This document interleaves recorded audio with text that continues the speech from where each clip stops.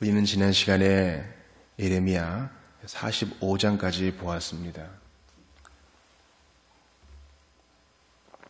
바룩과 예레미야가 그들이 원치 않음에도 불구하고 바빌론을 두려워하여 애굽으로 도망간 피난민 속에 합류하게 됩니다. 아마 무력으로 억지로 그들을 데려갔을 겁니다. 그런 마음도 있었겠죠.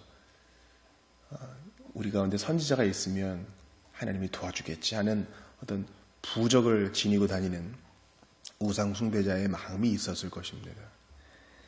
그러나 예레미야는 그들이 회개하지 아니하고 애굽에서 그들의 우상을 섬기는 것을 지적하였고, 너희 때문에 이 땅도 망할 것이다. 이 땅도 벌받을 것이다. 너희 때문에. 너희가 이곳에서도 여호와 하나님을 진노케 하니 너희는 이곳에서도 벌을 받을 것이요 이곳 사람들이 너 때문에 진노를 겪을 것이다 하면서 그들의 아내를 통제하지 못하는, 가정을 통제하지 못하는 남편들을 책망합니다. 또한 여러 가지로 곤란을 당하는 바룩에 대하여 주님이 위로하시죠. 내가 너의 생명을 보존하여 주리라. 에벤멜렉처럼 보존하여 주리라 합니다. 즉 전체적인 대세가 하나님을 다 버리고, 전체적인 대세가 다 주님을 떠나고, 하나님 말씀 옹졸한 것 같고 참 메이저가 아닌 것 같고 너무 고리타분해 보이고 초원스러워 보이고 그럴지라도, 전부가 다 하나같이 하나님께 등을 돌린다 할지라도 남겨진 소수는 위로를 받는다는 사실입니다. 여러분, 우리 주님의 위로하시는 그 은혜가 얼마나 큽니까? 아유, 나만 남았구나. 엘리야와 같이 허덕이던 때가 우리 2017년에 몇 번이나 있었어요. 정말 많지 않았습니까? 그때마다 주님은 로뎀 나무를 예비하여 주셨고 까마귀를 예비하여 주셔서 신묘막측한 방법으로 우리를 먹이셨고 또 마시게 하셨습니다. 그러므로 오늘 본문에도 나오겠지만 머릿수가 많고 작음을 자랑해서는 안 돼요. 이제 46장부터는 그 열방에 대한 하나님의 심판의 말씀이 나와요. 예레미야는 단지 그들의 동족, 즉 유대인들을 향한 선지자가 아니라 우리가 예레미야 시작할 때 봤던 것처럼 온 열방을 향한 주님의 선지자입니다. 우리가 이렇게 애굽에 대하여 주님의 심판의 말씀을 받을 때에는, 야, 주님께서는 왜 이렇게 많이 꾸짖으시는가, 왜 맨날 화만 내시는가, 그렇게 생각해서는 안 될 것입니다. 왜냐하면 애굽은 끝끝내 회개하지 않고 교만을 떨면서, 어떻게 교만을 떨었는지 한번 보죠. 우리 46장 우리가 아까 읽었던 데 보면 23절 보세요. 그들이 황충보다 많아서, 그 애굽은 지금의 이제 에티오피아까지 큰 대군을 이끌고 황충보다 많아서 이 곤충들과 같은 어마어마한 숫자를 자랑하면서 바빌론과 싸우자 하고 갔던 거죠. 그런 그들의 교만은 BC 605년 갈그미스 전투에서 이제 바빌론에게 패전함으로 그 교만은 꺾여버리고 맙니다. 22절도 보세요. 애굽의 소리가 뱀의 소리 같고 그들의 군대가 벌목하는 자같이 도끼를 가지고 온다. 기세가 등등하죠. 바로 이 애굽 군대를 이끈 바로 왕이 요시야를 죽이지 않았습니까? 여러분, 바로 이러한 사건은 역사적인 배경을 가지고 있어요. 오늘 본문에 1, 2절을 한번 보십시오. 46장 1, 2절을 보니까 시대적 배경이 나오죠. 곧 유다의 요시야의 아들 요시야 왕은 이미 죽었고 그의 아들 여호야김 넷째 해에, 바로 애굽의 왕이 바로 유브라데 강가에 있는 갈그미스에서 이제 패하고 만 것이죠. 이러한 그들의 교만이 꺾여집니다. 우리가 이 46장을 볼 때 하나님이 괜히 진노하는 것이 아니고 하나님은 교만한 자를 반드시 낮추신다. 그걸 생각해야 돼요. 교만은 패망의 앞잡이입니다. 교만은 쓸데없이 근거 없이 마음을 높이는 것입니다.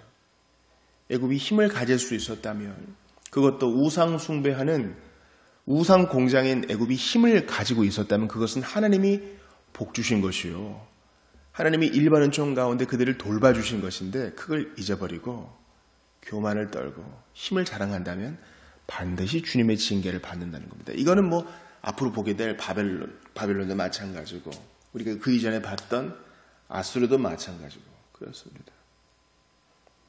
교만은 타락한 천사 마귀의 것입니다. 그는 거짓말하는 자예요, 폭력을 행하는 자, 게다가 교만한 자예요. 우리가 이사야와 다니엘 등을 통해서 추측해 볼 수 있는 말은 무엇입니까? 하나님을 찬양하는 천사장인 그가 교만하여서 하나님을 찬양하는 자리에 있어야 되는데 찬양받고 싶어 하나님을 반역하는 것이죠. 그러므로 우리가 교만할 때마다, 교만을 떨려고 할 때마다 마귀의 일을 하고 있는 것입니다. 정말 이것을 두렵고 떨림으로 마음에 받아야 하는 것입니다. 주님은 이러한 애굽의 파멸을 아주 분명하게 말씀하시는데 14절을 한번 보세요.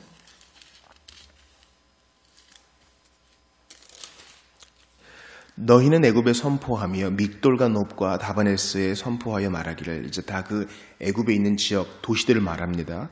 너희는 국권에서도 준비하라. 내 사방에 칼에 삼키 원느니라. 자, 애굽아, 너희의 동서남북이 지금 내가 준비한 칼에 삼키웠다, 이렇게 말해요. 아직 예레미야를 통해서 이 예언이 선포될 때는 아직 멸망하지 않았어요. 아직 지지 않았다고요. 근데 주님은 이러한 과거 시제를 사용하셔서 미래에 확실히 될 일을 구약에서도 그렇게 말씀하셔요. 이러한 과거사적 미래의 표현은 주님이 분명히 될 거, 우리 로마서 8장에 나온 것처럼 영화롭게 하셨느니라처럼 그렇게 말씀하십니다. 실제 이제 애굽은 어떠한 일을 겪었습니까? 이집트는 이제 바벨론에 의해서 멸망을 당하고, 이제 예레미야가 돌을 묻어둔 곳에 이제 느부갓네살의 궁이 세워지잖아요. 바벨론에 의해서 멸망당하고, 그 다음엔 페르시아에 의해서 또 지배를 당하고, 그 다음에 로마의 지배를 받죠.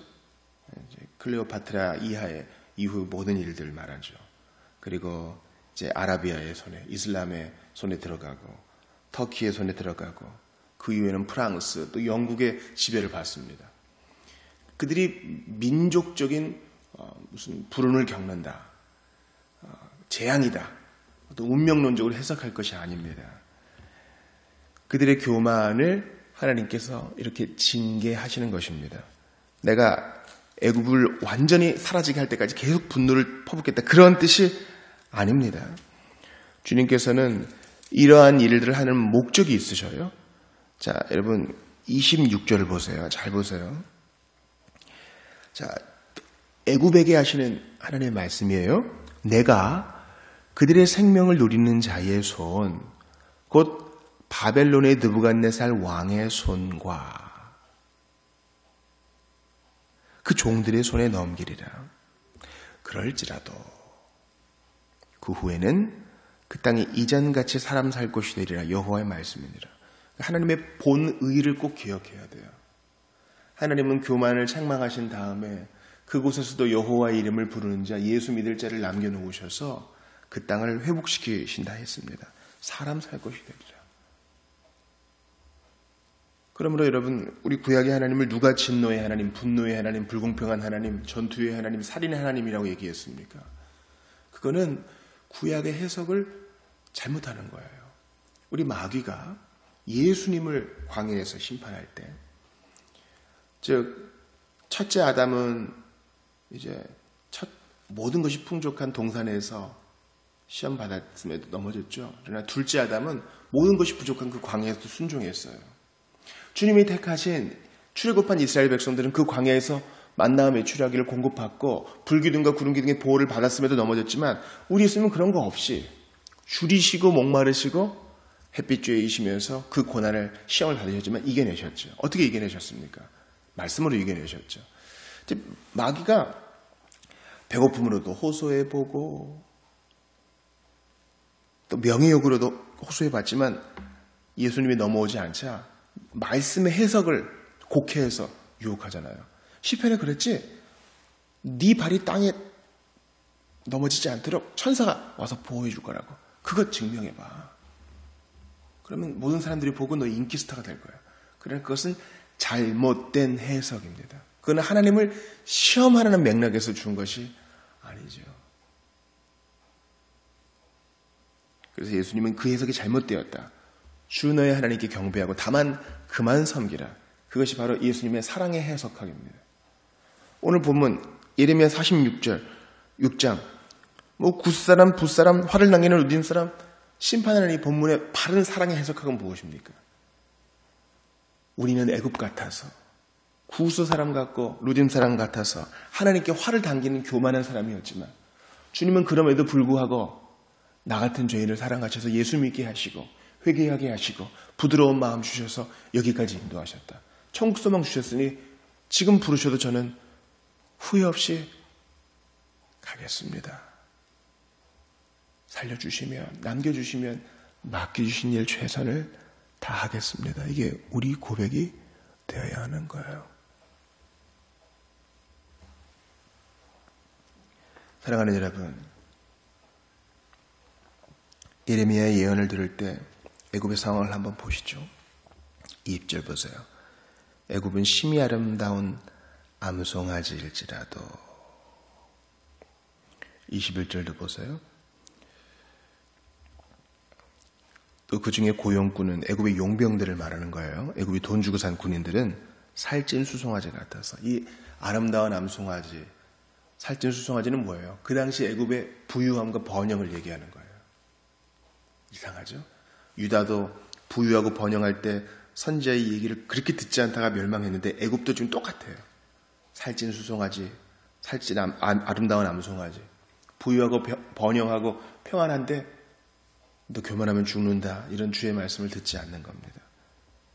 그러면 우리는 평안할 때일수록 더욱더 심령을 기경하고 조심해야 됩니다. 건강할 때 하나님의 마음을 아프게 하지 않도록 조심해야 되고, 사업이 잘 되고 있을 때 오히려 그때 더 적극적으로 경성해야 하는 것입니다. 아무 일이 일어나지 않을 때 혹시 내가 주님 앞에 범죄한 것 없는가 돌아보고 기도에 힘써야 돼요. 욥을 보세요. 잔치가 벌어지고 혹시라도 자기 자녀들이 그 기분 좋은 중에 부지불식간에 범죄하였을까 하나님 앞에 예배를 드리잖아요. 그런 자세. 이렇게 주님이 우리를 번성케 하셔서 물질의 복을 주셔서 잔치도 벌이게 하시고 파티를 즐기게 하시니 감사하다. 이게 아니라 혹시 이 파티 중에 마음이 흐트러져서 하나님 앞에 하지 말았어야 될 말을 한 건 아닌가. 갖지 말았어야 될 마음을 가진 건 아닌가. 왜냐하면 파티 때 사람들이 모이면 여러분 보고 얘기하고 듣는 것 때문에 유혹도 받고 욕심도 생기고 그러잖아요. 미워도 하고. 우리는 그런 자세, 욥처럼 늘 자신을 돌아보는 자세로 하나님 앞에 교만의 죄를 범치 말아야 되겠고, 오히려 역전의 복의 은혜를 누려야 됩니다. 오늘 이 말씀을 정리합시다. 주님이 이러한 심판의 말씀을 주시는 이유는 뭐예요? 바로 27절 이하 때문이에요. 내정 야곱아 두려워하지 말라. 참 주님은 속도 없으세요. 주님 싫다고 지금 애국까지 도망간 거 아니에요? 하나님 싫다고 바벨론 밑에서 징계를 받고 겸손하게 되는 걸 거부하고 내 살 길 찾아간 나쁜 사람들 아니에요? 그런데 주님이 내정 야곱아 두려워하지 말라. 이런 말씀하고 계세요. 여러분, 우리 주님은요, 사랑의 하나님이셔요. 내 분명히 알죠. 나 같은 사람도 이렇게 은혜를 주셨는데 말이에요. 내 종 야곱아 두려워하지 말아라. 놀라지도 말아라. 보라 내가 너를 먼 곳에서 구원하며 네가 애국까지 땅끝까지 도망갔어도 나 너를 잡아올 거다. 너를 포로된 땅에서 구원하리니 야곱이 돌아와서 평안하며 걱정 없이 살게 될 것이라. 그를 두렵게 할 자 없으리라. 바벨론에 잡혀간 자든 애굽에 도망친 자들이라도 내 백성은 내가 데려오겠다. 그러나 보세요. 내가 너를 법도대로 징계할 것이요 결코 무죄한 죄로 여기지 아니하리라. 주님은 또한 정의의 하나님이십니다. 우리는 이러한 고난을 예수께서 십자가에서 당하셨음을 믿고 의지하며 오늘도 겸손히 행해야 되겠습니다. 기도합시다. 주님 감사합니다. 자격 없는 자에게 부으시는 주의 은혜가 큽니다. 오늘도 일절 겸손함으로 먼저 회개하고 용서를 구하고 하나님 앞에 가난한 마음으로 살게 하여 주시옵소서. 고난당하는 자 위로하시고 우리가 그리스도의 말씀 위에 제대로 서 있는지 제자로 살아가고 있는지 돌아보며 성령의 은혜를 구하게 하옵소서. 부족한 자를 사랑하신 주님을 찬양합니다. 예수님 이름으로 기도하옵나이다.